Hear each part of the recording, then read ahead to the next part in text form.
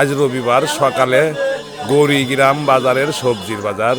দেখেন পালং শাক, লাউ। পালং শাক কত করে আটি? 10 টাকা আটি। অনেকগুলো আছে। আমার বেটা শাক কিনলো হয়তো। এই যে লাউ বিক্রি হচ্ছে 20 টাকা, 30 টাকা পিস। বাগুন কত করে কেজি শোনা?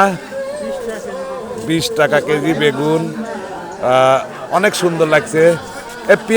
পেঁয়াজেরই কত করে কেজি? 10 টাকা কেজি। 10 টাকা কেজি। আর এই যে দোকানদার তো বিক্রি করতেছে বেশি, এই জন্য বেশি করতেছে।